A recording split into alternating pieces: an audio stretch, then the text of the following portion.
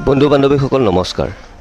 বলিউডৰ অভিনেতা সুশান্ত সিং ৰাজপুতে যেতিয়া 34 বছৰ বয়সতে মৃত্যুক আঁকোৱালি লৈছিল, তেতিয়া সাংবাদিকে প্ৰশ্ন কৰিছিল জুবিন দাক সুশান্ত সিঙৰ মৃত্যুৰ বিষয়ে কিবা ক'ব নেকি বুলি। তেতিয়া জুবিন দাৰ উত্তৰ শুনি সঁচাই ভাল লাগি গৈছিল। তেওঁ নৱপ্ৰজন্মক লৈ বহু কেইষাৰ কথাই কৈছিল।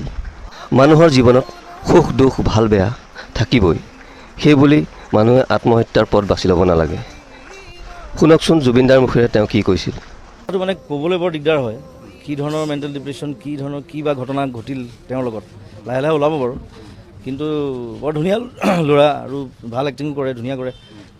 ৰাইজ কৰি আহিছিলেহে, আহোঁতেই এনেকুৱা এটা ঘটনা হ'ল, মই শুনি আমি শ্বকড আৰু তাক মই পাইছোঁ চাগে, মই মানে কথা পতা নাই যদিও বম্বেত থাকোঁতে তেতিয়া আমি ফিল্মফেয়াৰ আহে, তাত মই দেখিছোঁ।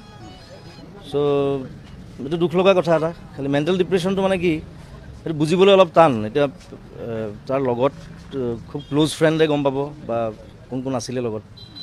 কিন্তু এটা শ্বকিং নিউজ, আৰু এজন ভাল টেলেণ্টেড নতুন ল'ৰা, উঠি অহা ল'ৰা আমাৰ মাজৰ পৰা নাইকিয়া হৈ গ'ল। এইটো দুখ লাগিছে। আৰু মই তাৰ চেহেৰাটো ভাল পাইছিলোঁ, ধুনীয়া লাগে দেখিবলৈ স্ক্ৰীণত। চ' দুখজনক কথা সঁচাকৈ।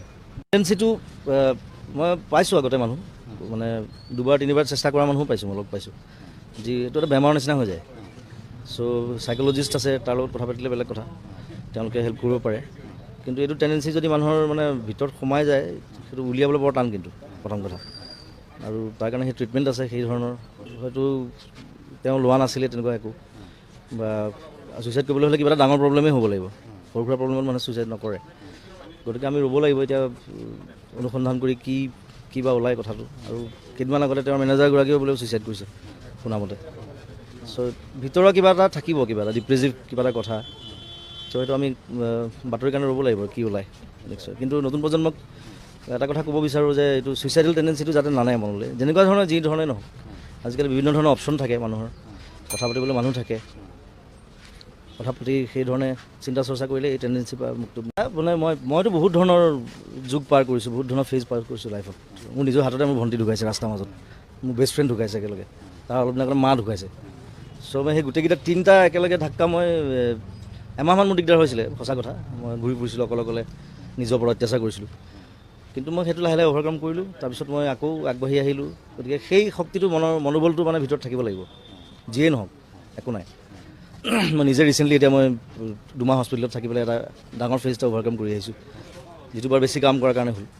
এতিয়া অকণমান সাৱধান হৈছোঁ, নিজৰ মতে ধুনীয়াকৈ সজাই পৰাই তেনেকৈ চলিছোঁ। কাম যদিও কম এতিয়া, তথাপি কৰি আছোঁ মাজে মাজে মিলাই মেলি। আজি ৰাতিও এটা কাম আছে কৰিব লাগিব। চ' সেই হতাশাৰ পৰা সদায় মানে নিজক মুক্ত কৰি ৰখাটো, আৰু মই আগতে কৈছোঁ ইউকেলিপ্টাছ গছৰ দৰে ওখ হ'ব কৈছোঁ মই।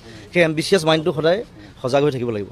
তেতিয়া কোনো ধৰণৰ মানে হতাশা বা কোনো ধৰণৰ ঘটনাই মানুহক বিচলিত কৰিব নোৱাৰে বুলি ভাবোঁ। চ' সেইটো কথা মনত ৰাখিব সকলোৱে। আমি সকলোৱে আছোঁ, একেলগ হৈ আছোঁ, আমি অসমীয়া।